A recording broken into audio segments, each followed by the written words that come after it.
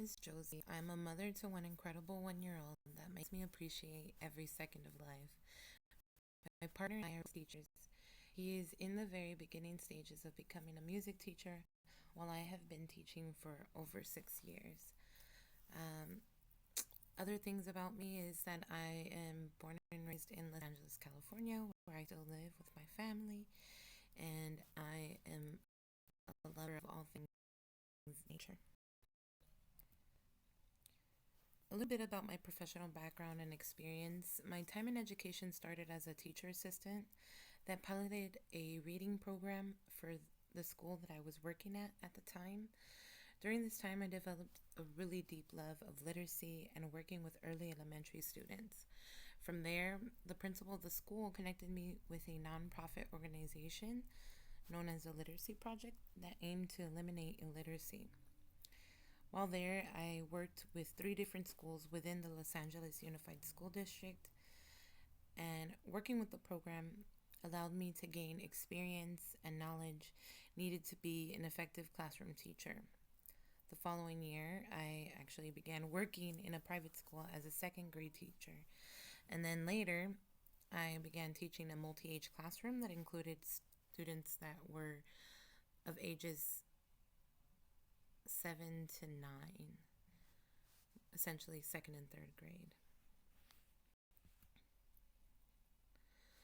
Throughout my time in education, I got to see snips of what special education programming looked like. I worked with students, many students actually, that had IEPs, and some who were unofficially labeled as special needs by their teachers. I had the opportunity to see what both effective and ineffective mainstreaming looked like. While working in the private school system, I had a different experience. We were asked to stay away from official terms or special education terms such as modifications and accommodations, because as a private school, we did not have the ability to provide services, but rather our job was to refer out. However, there was at times collaboration with public and between the public and private schools when advocating for services for students. Instead of an IEP, we had something called the STEP program, where we essentially put students on a watch list and noted things that we did to help adjust their experience in the classroom. I'm enrolled in my Master's of Arts in Education program. I chose to pursue this degree because I want to move further up in the field of education. I hope to apply all that I'm learning so that I'm becoming a more effective educator day by day. In the near future, I hope to become a master teacher so I can help prepare future teachers who will be entering the field. As far as my knowledge of legislation as it relates to special education is very limited, to be honest, which is a shame because I am a teacher and I think it is a huge part. So, not proud, but I'm learning and I'm here. I know a very basic amount about special education laws. I know really all that I was taught in one professional development workshop that I attended as a teacher assistant. That being said, I have a very surface level knowledge of the laws and how they're affecting the state of education at the moment.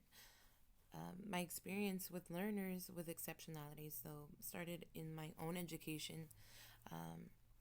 I went to a Catholic school, so what I would see is anyone who was not a quote unquote normal student would be referred out to public schools to receive resources. So when I started working in public school, I got to see the other side of that finally.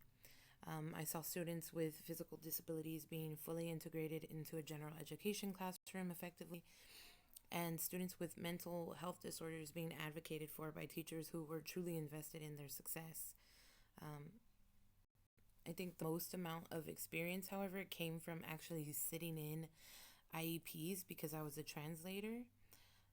It allowed me to see what the aim was for even having an IEP and seeing how sometimes the process of receiving services would even get started, or even how the placement of a student into another classroom would get started. As far as my experience with Folio, it was easy setting it up. I'll be honest and say I've used it sporadically throughout the courses that I've taken. I know I need to be better about that. I do think that portfolios in general really work, especially when it comes to what you do as an academic learner. Um, I feel like it's an academic resume and proof of your experience as a learner and how you've applied that knowledge. So I do think they are very beneficial. And because of that, I will be better at using it. And I just want to say thank you for viewing my video and hope to collaborate soon.